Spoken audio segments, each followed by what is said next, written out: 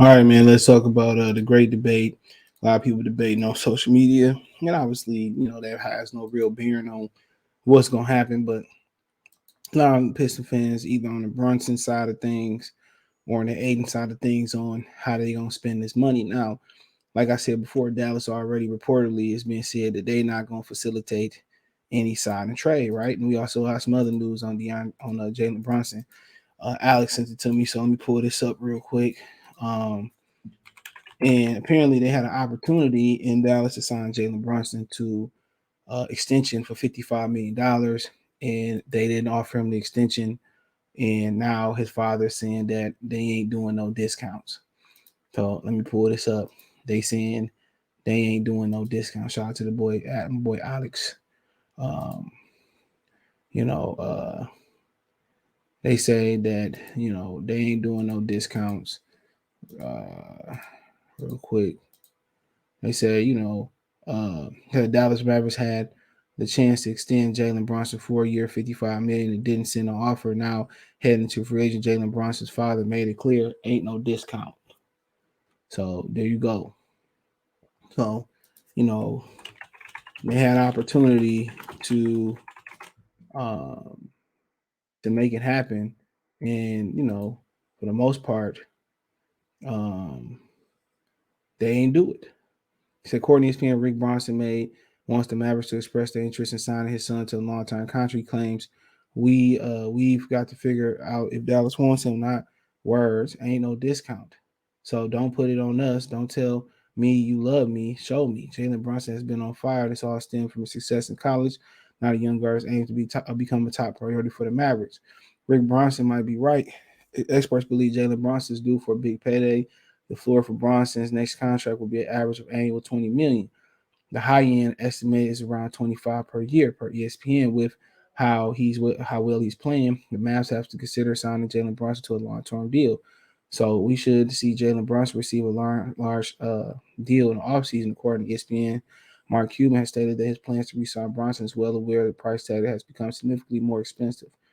We'll see how it plays out, but the Mavs might be in a tough spot financially. It depends on how Dallas wants to restructure the roster moving forward. So look for Jalen Brunson to sign a massive deal this offseason. If the Mavs let him hit the open market, they may lose the rising star for good. However, if Mark Cuban makes an offer beforehand, Dallas should be in a good spot next season. So that's Dallas issues. You know what I'm saying? They got Spencer Dinwiddie to kind of soften that fall, but his knees and his injuries and stuff of that nature, ain't been all that durable. Even when he played in Detroit, he came in, his knees was busted. So I mean, like I said before, that's the issue about how they gonna fill the roster out. It's hard to find players that coexist and are effective next to Luka Doncic. So that's something to think about. And Josh Green ain't really developed yet like they thought he would.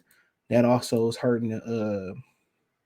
That's also hurting them as well too. So if Josh Green had developed, what I'm saying, then that could help. But end all be all. It's just to the point where on a side, man, the Porzingis thing didn't work, and now Luka's getting that tag of being tough to play with.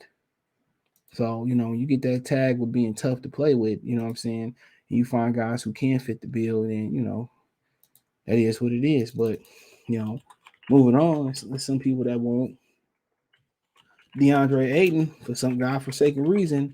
Like I said before, when you talk about somebody playing the five, I just need you to defend. Honestly, that's it.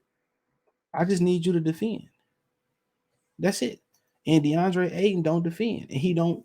He offensively is not good enough for us to overlook his defensive flaws.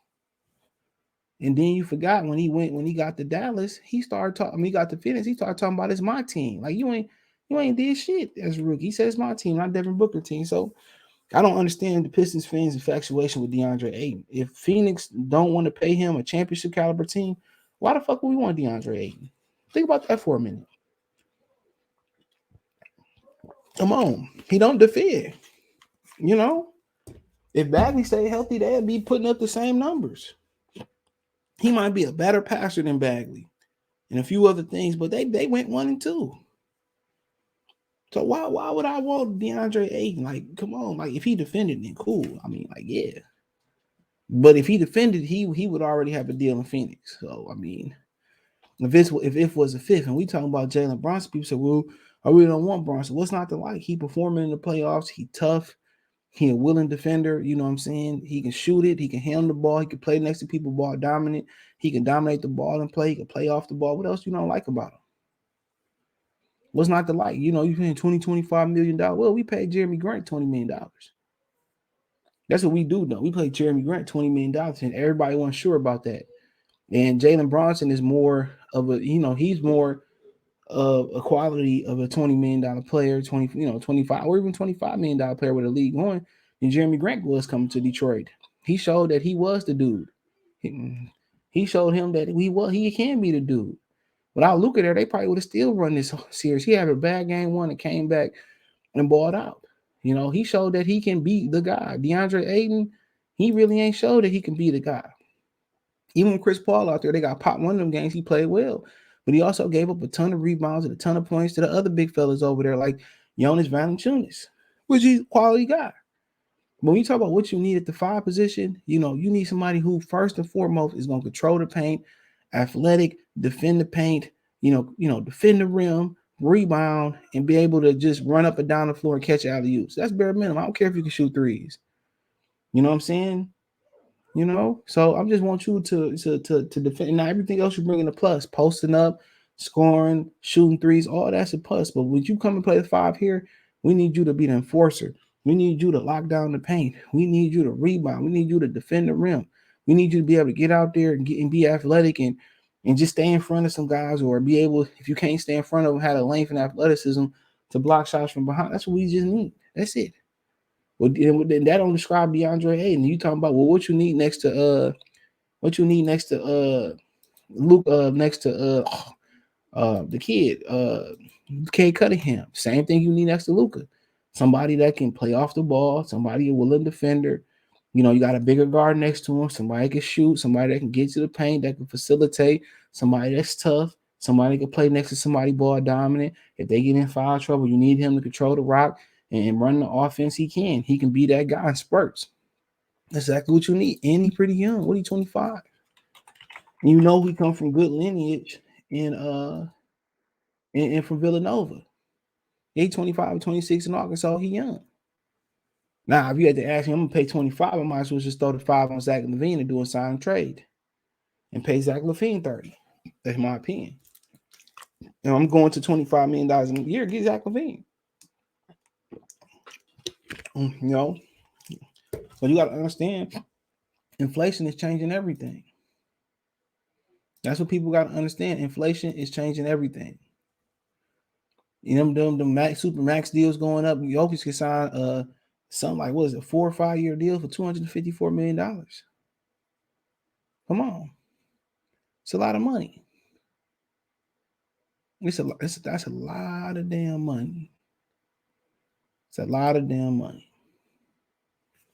So things are changing. The price scales are changing, but I'm more sure about giving him 2025 than I was about giving Jeremy Grant the money at the time. And Jeremy Grant worked out. So, like I said before, but I'm more of a Zach LaVine guy. If I'm a quick to 20, I'm more of a LaVine guy, especially if Chicago is willing to do a sign and trade. That way you have more money to come back and get a big fella. So let's say LaVine, you get 30, right? Or let's lose Brunson. Let's say you get 25. But if I could say, you know what, I can, help y'all out. I'll get y'all Jeremy Grant for Jalen Brunson. That way, don't worry, if you want to throw a pick in, you can. That way, Jeremy Grant making 20, Brunson making 5. You only spending $5 million of your salary cap space. So you still got about $20 million left, and you still can clear more money if you get somebody to take Kelly Olynyk contract on.